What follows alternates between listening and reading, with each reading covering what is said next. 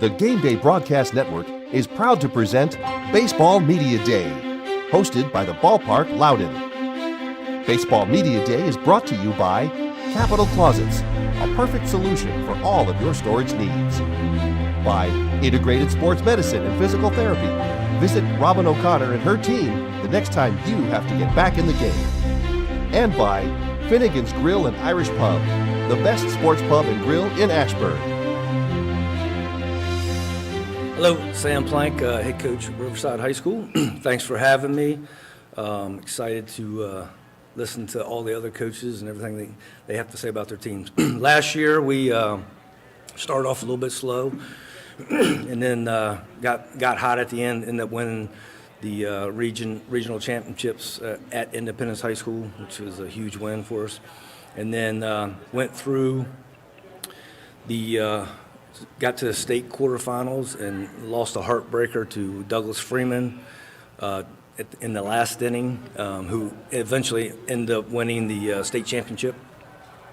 So, overall, I felt like, the kids accomplished a lot last year, and I felt like, they met, our goal was to win the region, get to the state tournament. So, and I was excited for those guys. Their picture will be on the wall for the rest of their life. So that's kind of the goal at Riverside, to win a championship and you get your picture on the wall, because that will stay there forever.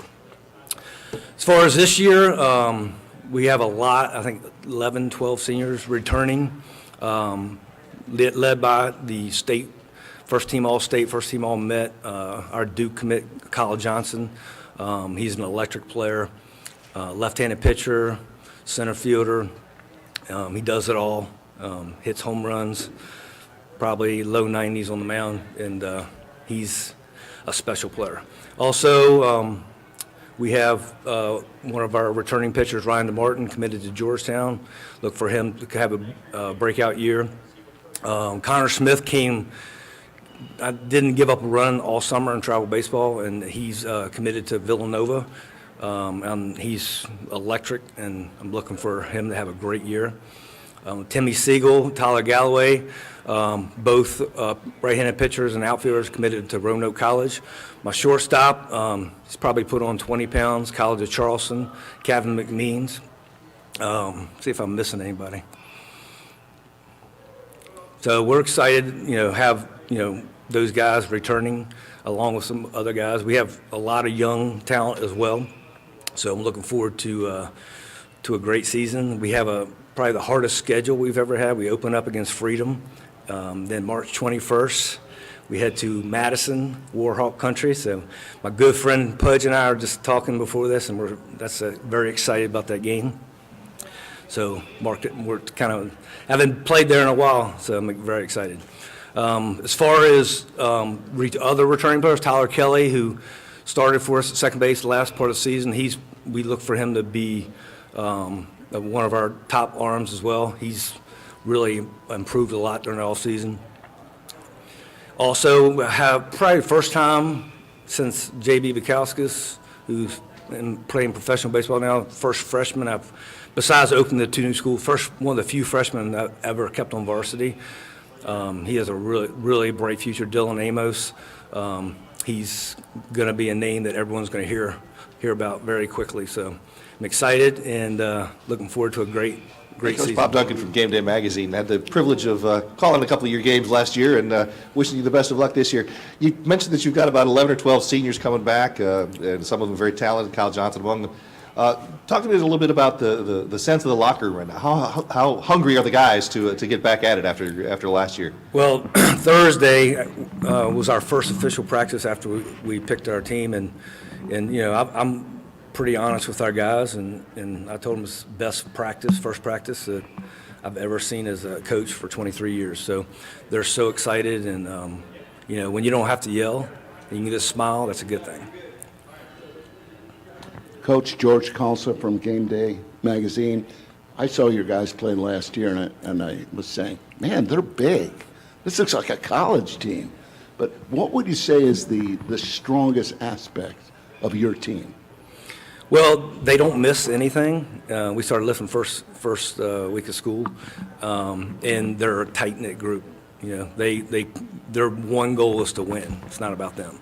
And when you have a group of guys that's their main goal is to win, and take one game at a time, one day at a time, then you have a special group.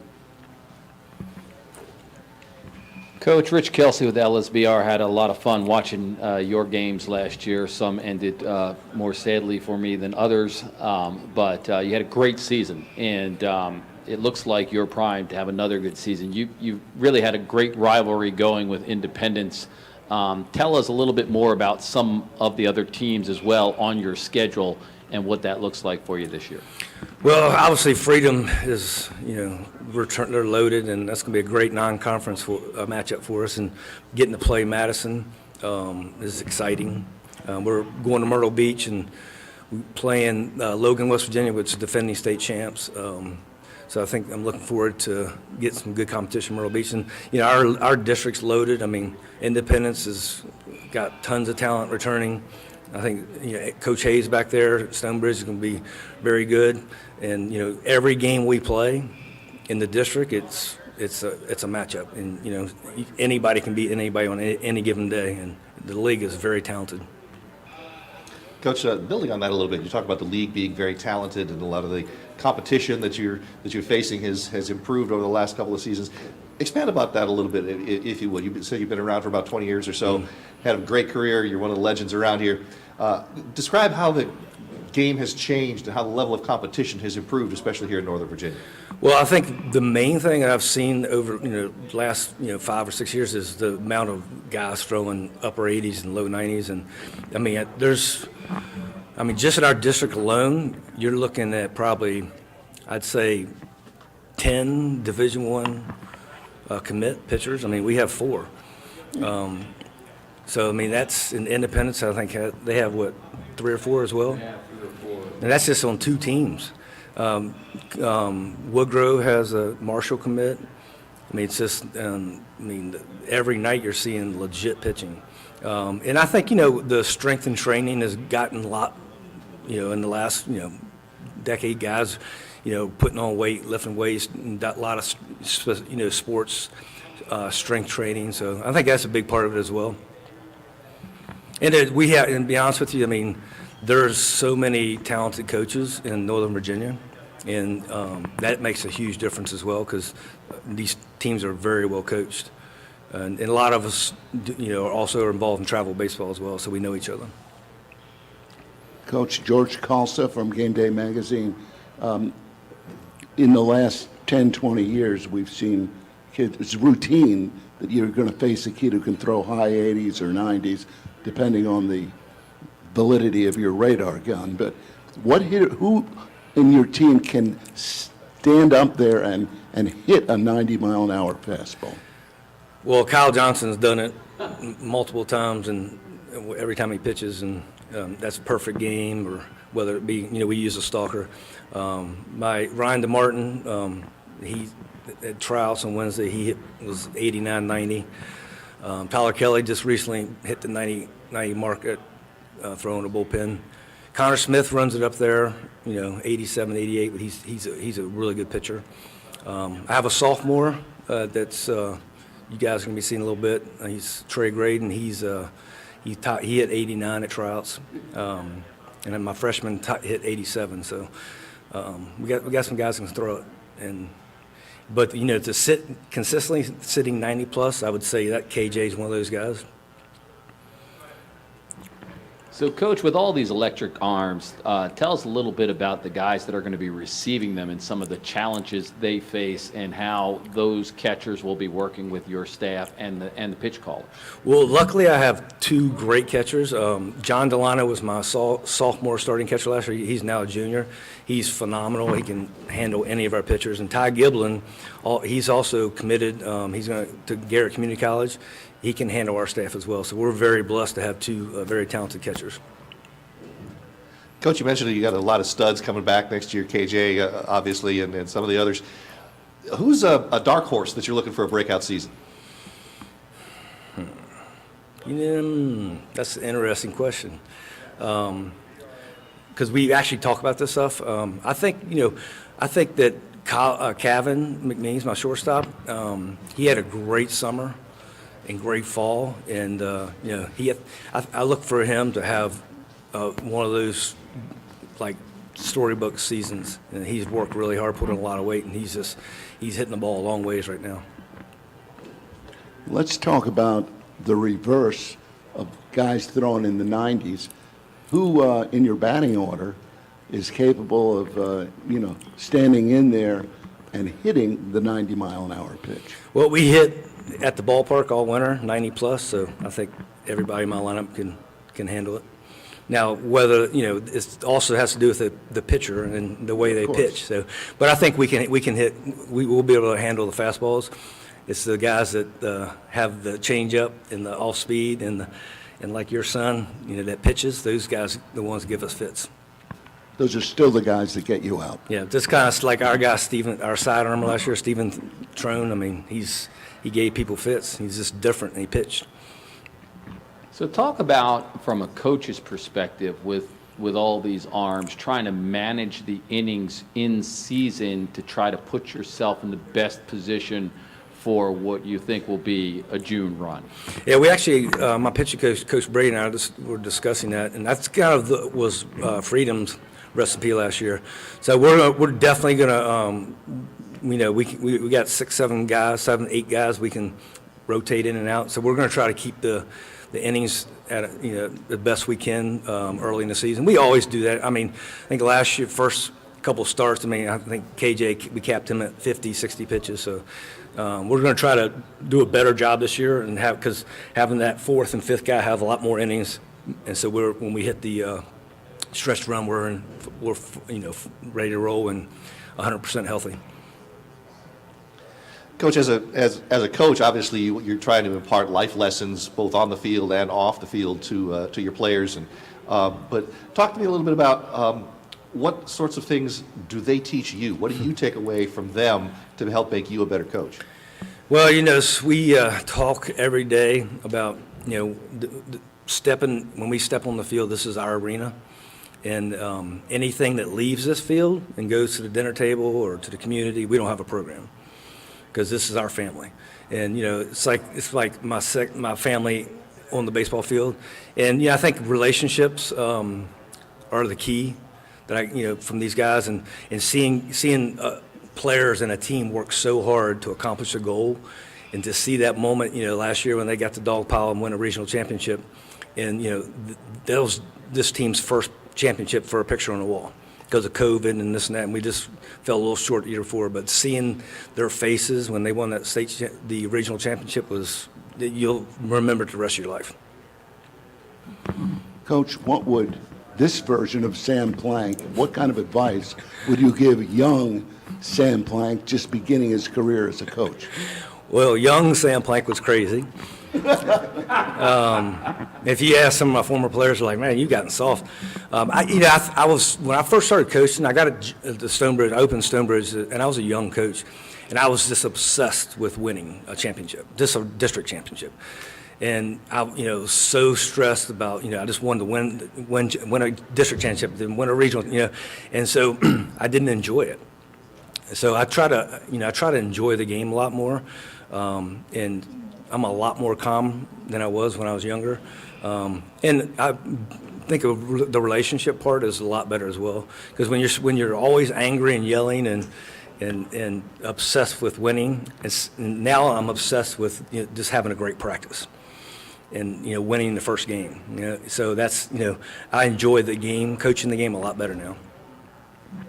Coach, great coaches like yourself, just like great players, they look at what they do well and they're happy, but then they also really focus on their challenges. And coaches always look at that roster and go, okay, I like a lot of what I see here, but what are my challenges? What are the challenges for Riverside this year? Well, I think the challenge is to find the best 9, not the most talented 9. So, last year we went through the process and we had different lineup almost every single night. So the challenge is for us to put the right pieces on the field that are the best 9, and that's comes through practice and seeing guys in pressure situations in games. But, ultimately when you get to the playoffs, you want your best 9 on the field.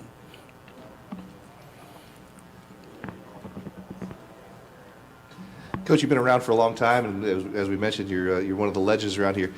What would you describe as one of the most memorable moments that you've had? Obviously, last season's regional championship being the first one for Riverside is going to be in your mind forever. But what else kind of stands out for you over your great career? Well, I mean, the day that we won a state championship, that's, I don't think you can ever have a moment better than that.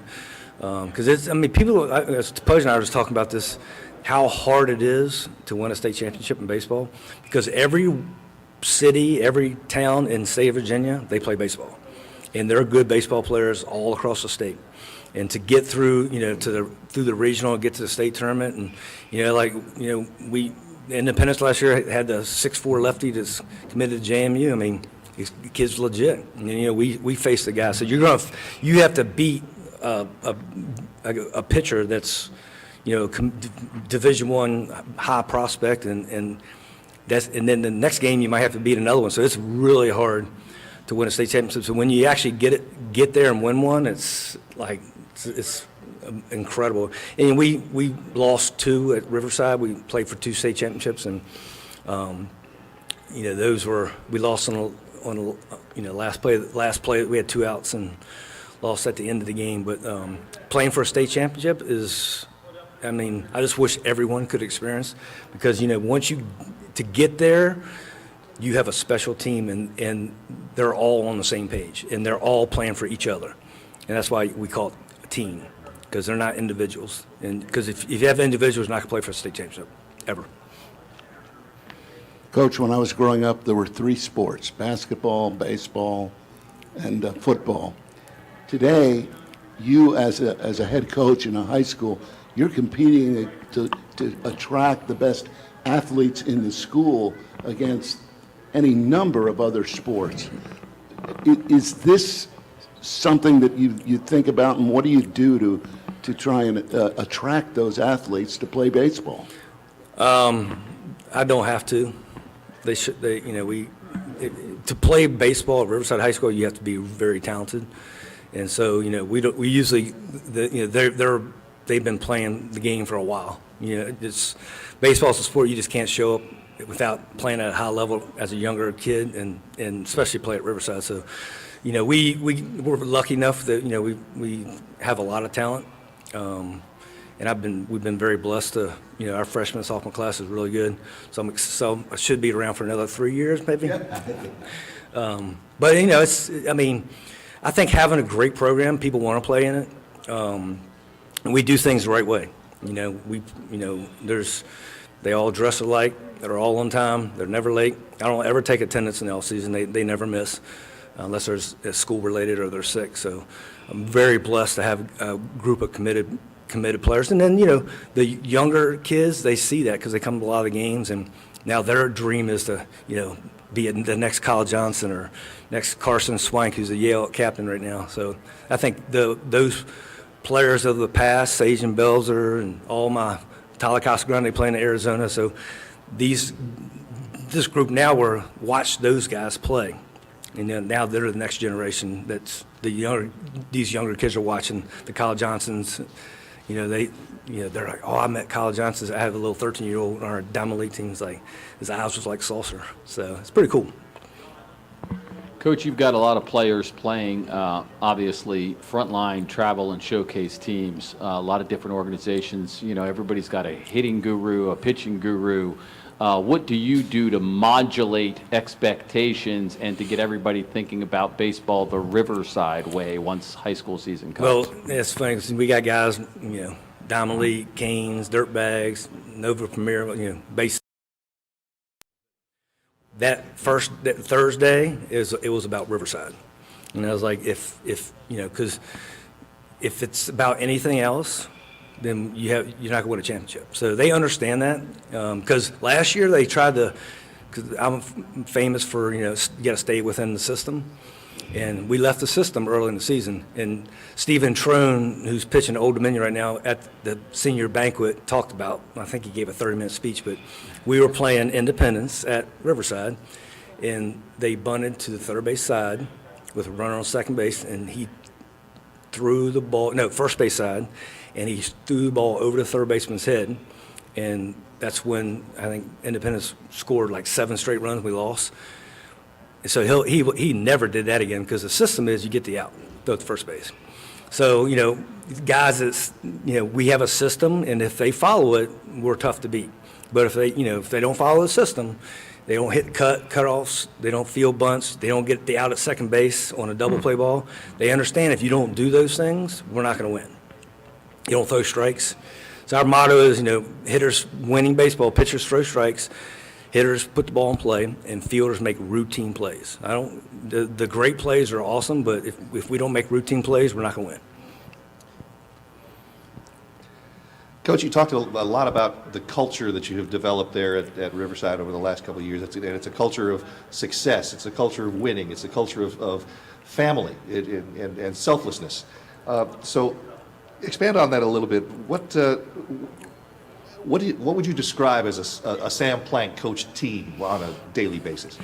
They bring energy every second of every practice. And I have a staff, and I think that we do a really good job of demanding that.